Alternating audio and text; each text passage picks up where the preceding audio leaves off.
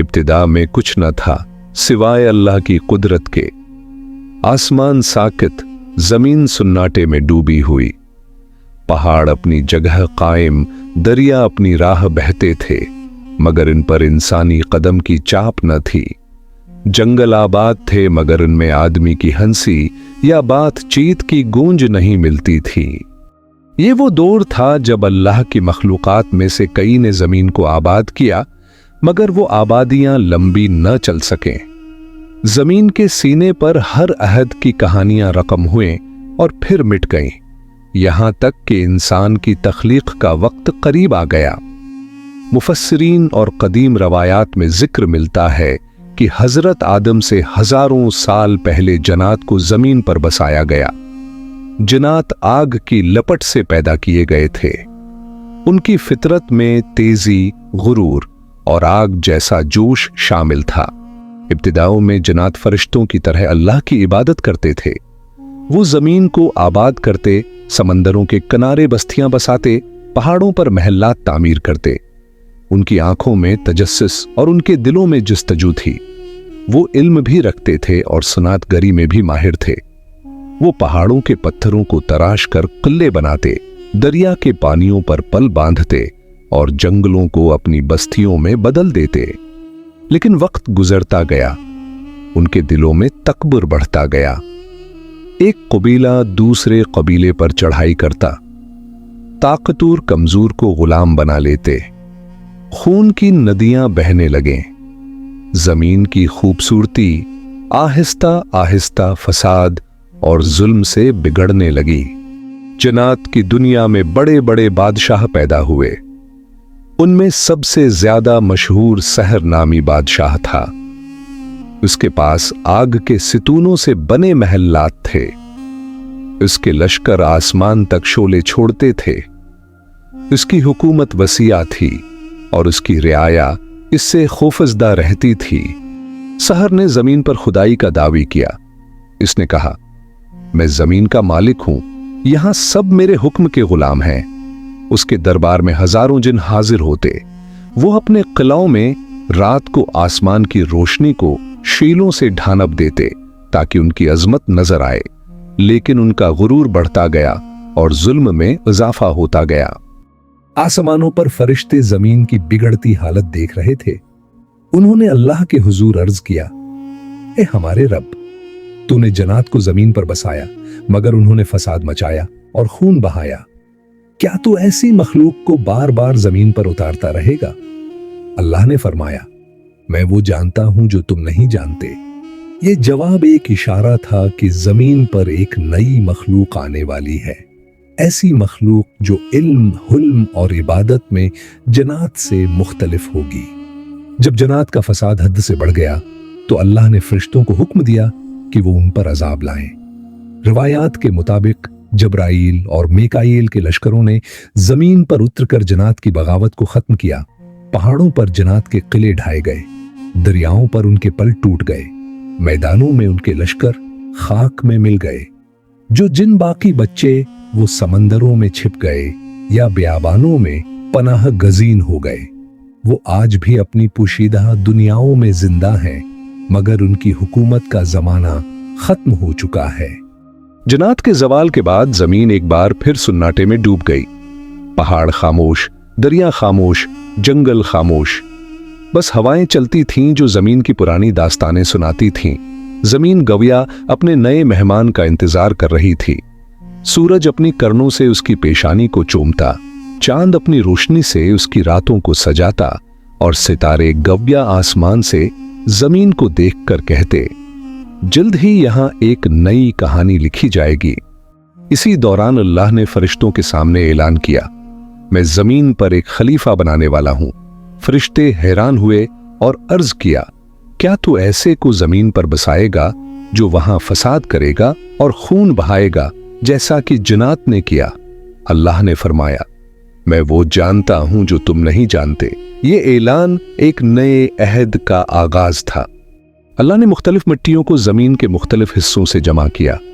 सरख, सफीद, सियाह, नरम और सख्त मिट्टी सब शामिल की गई। फिर इस मिट्टी को पानी के साथ गूंधा गया और एक खास शक्ल दी गई। ये वो पहला मुजस्मा था जिसे देखकर जन्नात और फरिश्ते हैरान थे। कई हजार साल तक वो मुजस्मा ऐसे ही पड़ा रहा। जब हुआ गुजरती तो उससे सीटी जैसी आवाज निकलती। जन्नात डर जाते और कहते, ये कौन सी नई मखलूक है। फिर अल्लाह ने उसमें अपनी रूह फूंकी। यूं आदम जिंदा हो गए। इब्लीस जो जिनों में से था, अल्लाह की बारगाह में बहुत इबादत करता था। वो फरिश्तों के साथ खड़ा होता था। जब अल्लाह ने हुक्म दिया कि आदम को सजदा करो तो सब फरिश्तों ने सजदा किया, मगर इब्लीस ने इनकार कर दिया। उसने कहा, मैं उससे बेहतर हूं, मुझे आग से पैदा किया गया और उसे मिट्टी से बनाया गया। ये गुरूर उसके जवाल का सबब बना। वो लानती करार पाया और जन्नत से निकाल दिया गया। हजरत आदम को जन्नत में बसाया गया, फिर वहां से जमीन पर भेजा गया ताकि वो और उनकी औलाद जमीन पर अल्लाह के खलीफा हों। जमीन जिसने पहले जन्नत का गुरूर और उनका जवाल देखा था, अब एक नई मखलूक के कदमों की चाप सुनने लगी। ये मखलूक मुख्तलिफ थी। इसके पास इल्म भी था, नरमी भी, जज्बात भी और सबसे बढ़कर अल्लाह की इबादत का शूर भी। जब अल्लाह ने हजरत आदम को पैदा फरमाया और उनमें रूह फूंकी तो उन्हें जन्नत में रखा गया। ये जन्नत न सिर्फ सरसब्ज बागात से भरी हुई थी, बल्कि वहां ऐसे चश्मे और नहरें बहती थीं जिनका पानी दूध से भी ज्यादा सफेद, शहद से ज्यादा मीठा और खुशबूदार था। दरख्तों पर मेवे ऐसे लगे थे जिन्हें खाने के लिए हाथ बढ़ाना काफी था। आदमी कीले थे, मगर अल्लाह की रहमत ने उन्हें तन्हा नहीं रखा। अल्लाह ने चाहा कि उनके लिए एक साथी बनाया जाए जो उनके साथ जन्नत की इन नामतों को देखे और उनके दिल को सुकून दे। एक दिन आदम सोए हुए थे। अल्लाह ने उनकी बाएं पसली से एक और वजूद पैदा फरमाया। जब आदम ने आंख खोली तो देखा कि उनके सामने एक हुसीन व जमील औरत खड़ी है। अल्लाह ने फरमाया, ए आदम, ये तुम्हारी बीवी है। उन्हें हवा कहा गया क्योंकि वो ही यानी जिंदा से पैदा की गई थी। आदम खुश हो गए। अब वो अकेले न रहे। वो दोनों जन्नत में रहने लगे। इसकी नहरों में चलते, इसके बागों में घूमते और एक दूसरे का साथ पाकर शुक्र अदा करते। लेकिन जन्नत की फजा में एक ऐसा वजूद भी था जो इस खुशी को बर्दाश्त नहीं कर रहा था। वो था इब्लीस। इब्लीस ने आदम को सजदा करने से इनकार करके लांत कमाई थी, लेकिन उसका गुरूर अभी तक कम न हुआ। वो जलता रहता कि ये मिट्टी से पैदा होने वाला इंसान कैसे मुझे बुलंद मकाम से महरूम कर गया। अब उसने सोचा कि आदम को किसी न किसी तरह बहकाना होगा ताकि वो अपने रब के हुक्म की खिलाफ वर्जी करे। यही उसकी इंतकाम की आग को ठंडा करेगा। अल्लाह ने आदम और हव्वा को जन्नत में हर नामत इता की थी। एक ही बात फरमाई थी, इस दरख्त के करीब न जाना वरना तुम नुकसान उठाने वालों में हो जाओगे। ये दरख्त आजमाइश का निशान था। जन्नत में सब कुछ था, मगर इस एक शजर से रोका गया ताकि इताअत और फरमानबरदारी की हकीकत जाहिर हो। इब्लीस ने मौके तलाश किया। वो कभी आदम के करीब आता, कभी हव्वा के। वो उनके दिलों में ये वसूसा डालता, क्या तुम जानते हो कि अल्लाह ने तुम्हें उस दरख्त से क्यों रोका है? इसलिए कि अगर तुम उसे खा लोगे तो तुम फरिश्तों की तरह हमेशा जिंदा रहोगे, या तुम्हें बादशाहत मिलेगी जो कभी खत्म न होगी।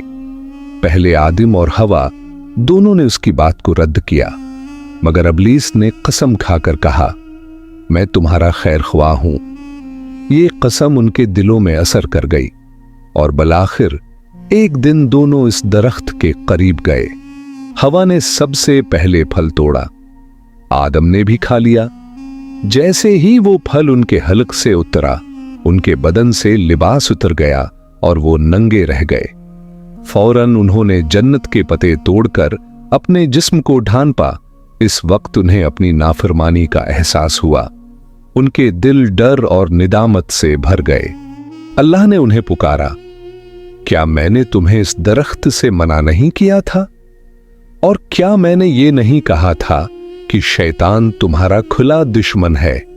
आदम और हवा दोनों रो पड़े। उनके दिल में तौबा का जज्बा जाग गया। उन्होंने अर्ज किया, ए हमारे रब, हमने अपनी जानों पर जुल्म किया, अगर तो हमें न बख्शे और हम पर रहम न करे तो हम जरूर नुकसान उठाने वालों में हो जाएंगे। अल्लाह ने उनकी तौबा कबूल फरमाई, मगर एक फैसला हो गया था। अल्लाह ने फरमाया, तुम सब जमीन पर उतर जाओ, तुम्हारे लिए वहां कुछ वक्त तक ठहरना और जिंदा रहना है। तुम एक दूसरे के दुश्मन होगे, वहां तुम्हें जिंदगी गुजारनी होगी और वहीं तुम मरोगे और वहीं से दोबारा उठाए जाओगे। प्यारे दोस्तों, अगर आपको मेरी वीडियो पसंद आई हो तो वीडियो को लाइक करें, शेयर करें और चैनल को सब्सक्राइब करें। मिलते हैं अगली वीडियो में, तब तक के लिए अल्लाह हाफिज।